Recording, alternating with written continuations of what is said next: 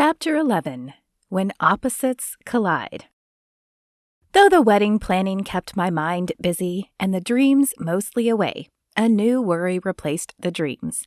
My parents were flying in today to help finish the final details and, of course, attend the rehearsal dinner. I was pretty sure my mother would like Henry. She was a traditionalist, though with a flair for fashion. But I wasn't sure about my father. He was ex-military and very strict. His distaste for Peter had been obvious, but whether that was because of Peter or because we were living together, I wasn't entirely sure. Even more nerve-wracking was the fact that Henry's family was flying in soon after. He rarely spoke of them, so I had no idea what to expect. What if they hated me? What if I hated them? They did live back in Louisiana, so it wasn't like we'd see them all the time, but still it unnerved me. I wish I knew more about them. As I pulled into the Dallas Love Field Airport and found a parking spot, I grimaced. I hated coming into the city, but hopefully I wouldn't be here long.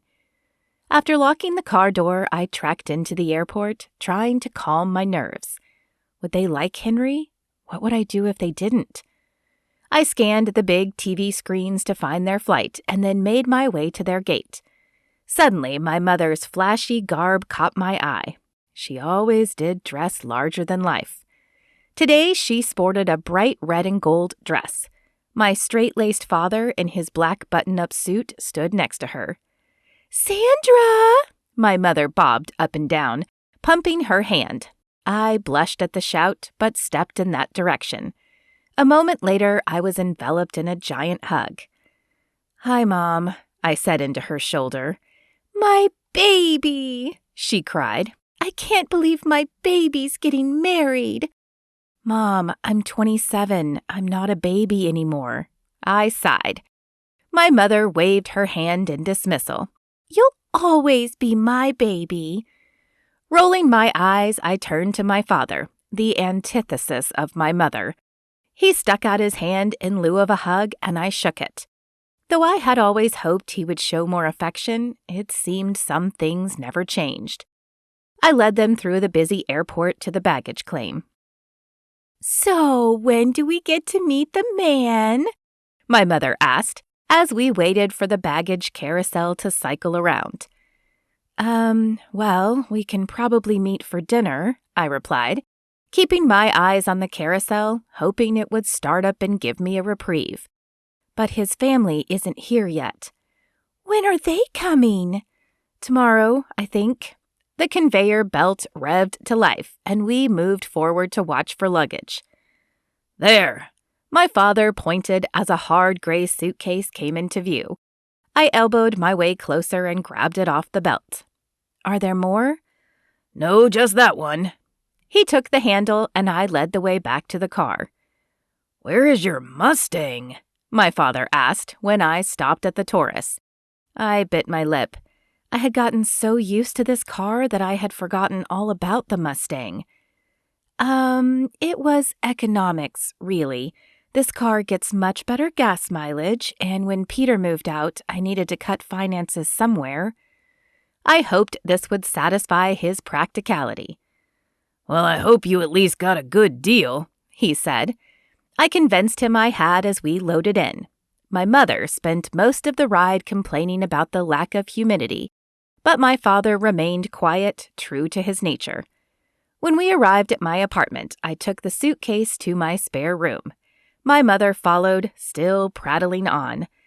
"Ugh, you need to do something with this place. It's so bland." Her nose wrinkled as she waved her hand at the white room. I rolled my eyes at the familiar criticism.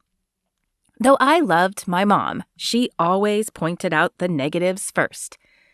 "Mom, it's a guest room. It's not supposed to be exciting."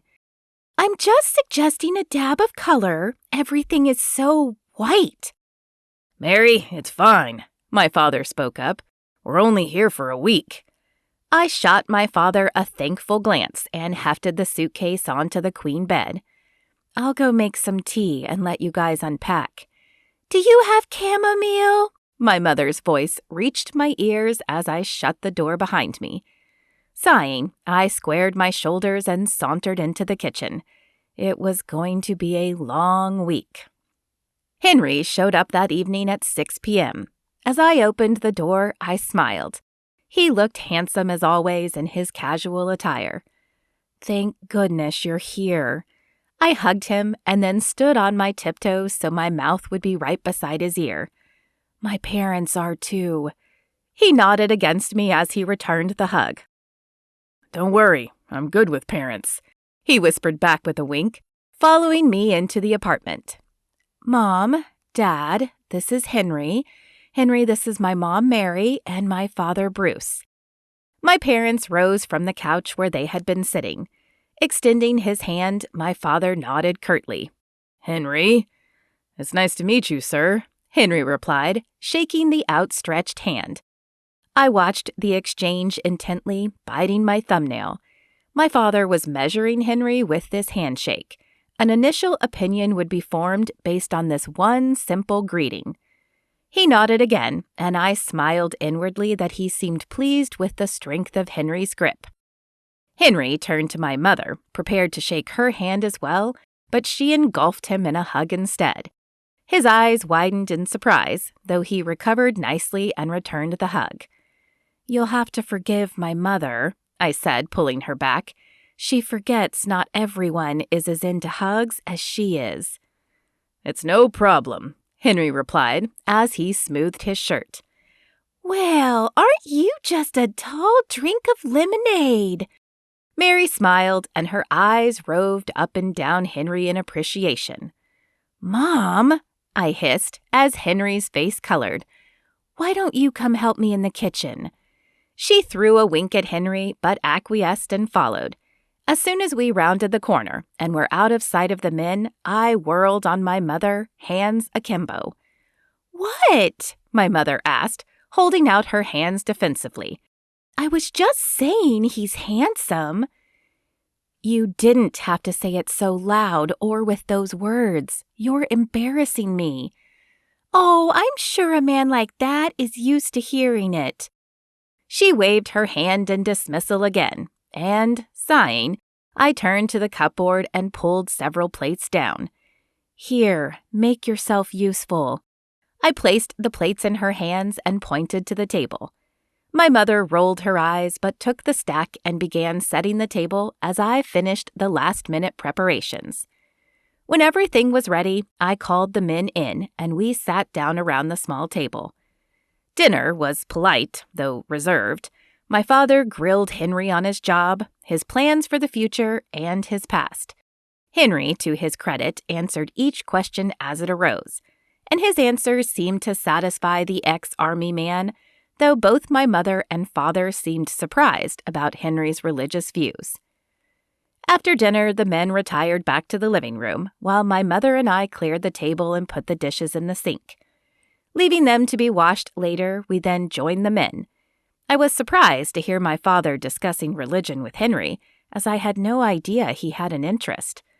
The conversation progressed for a while, but when my mother began stifling her yawns, I suggested we call it a night. Henry rose and I followed him out, promising to be right back. The air was still warm, even though it was dusk, and it lay like a light shawl on my skin. "Thank you for being so amazing." I touched his arm.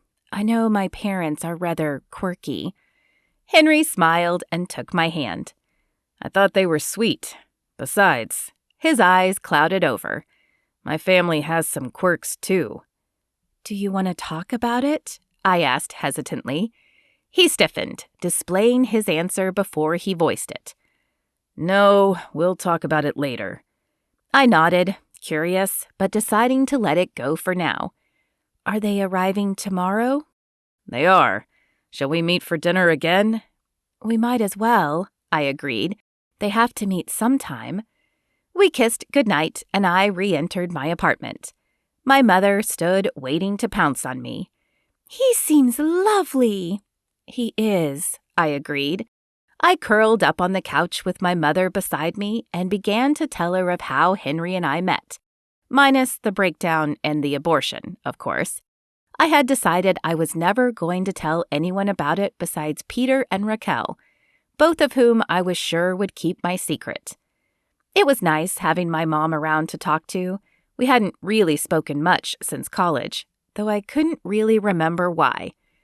After getting her up to date, we decided to call it a night. The next day, I took my parents around the town. There wasn't a lot to see in Mesquite, but we found some antique shops my mother loved and some trails that kept my dad's interest for a time.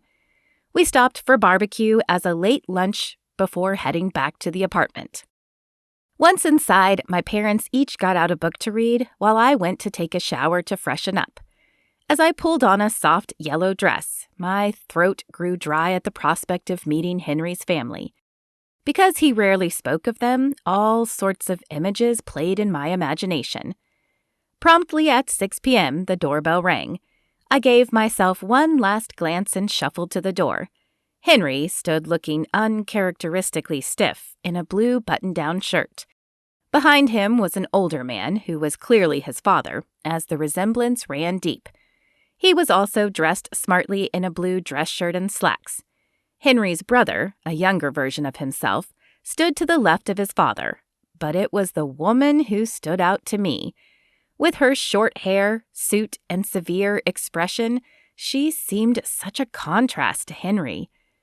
"Come in," I smiled, opening the door wide to allow passage. The group shuffled in, and I wiped my sweaty palms down my dress as I shut the door behind them.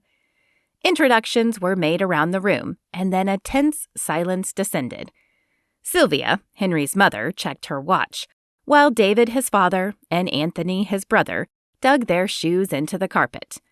My eyes darted to Henry for some clue as to what to do. "Well, I'm hungry," Henry said, breaking the tension. "Who's hungry and wants to join me?" "I'm famished," my mother spoke up, and the tension fizzled for now. "I'd offer to make something, but my kitchen table barely seats 4, and I don't have extra chairs, so out?" I suggested. Everyone agreed, and since neither of us had a car large enough to hold 7 people, we decided to take 2 cars to the restaurant. Henry and his family piled in his car, while my mother and father came with me. We drove in silence until we pulled into the parking lot of a fairly upscale restaurant. I wrinkled my forehead, hoping Henry knew what he was doing, because I didn't have the money to afford dinner here. Henry spoke to the hostess, and after a short wait, we were shown to a table. Henry held out my chair as normal, but before I could sit down, his mother spoke up. "Stop doing that! Is she broken? She can get her own chair." All conversation stopped as a silence fell on the group. Henry's father stared down at his feet. I glanced up at Henry in surprise, but he mirrored his father's embarrassment. My own father stiffened, the strain of holding his tongue evident on his face. My mother put a hand on his arm and he relaxed, but his eyes remained on me to see what I would do. "It's fine, ma'am. I actually like it." I smiled. Henry's mother scowled. "It's women like you who will set us back years." "I'm sorry?" My eyebrows raised at the tone. How dare this woman who didn't even know me attack me? "Equal rights. You know women get paid less than men. We have to prove we are equal, and not pulling out your own chair shows weakness." Sylvia pulled her own chair out and sat down, not even glancing at her husband. My face flamed and a fire licked up my belly. I splayed my palms on the table to control their shaking. I happen to think that it was just a nice gesture. I don't think Henry was trying to say I was weaker. I thought, I said pointedly, that he learned such manners from you. Sylvia scoffed. "Not from me, my dear.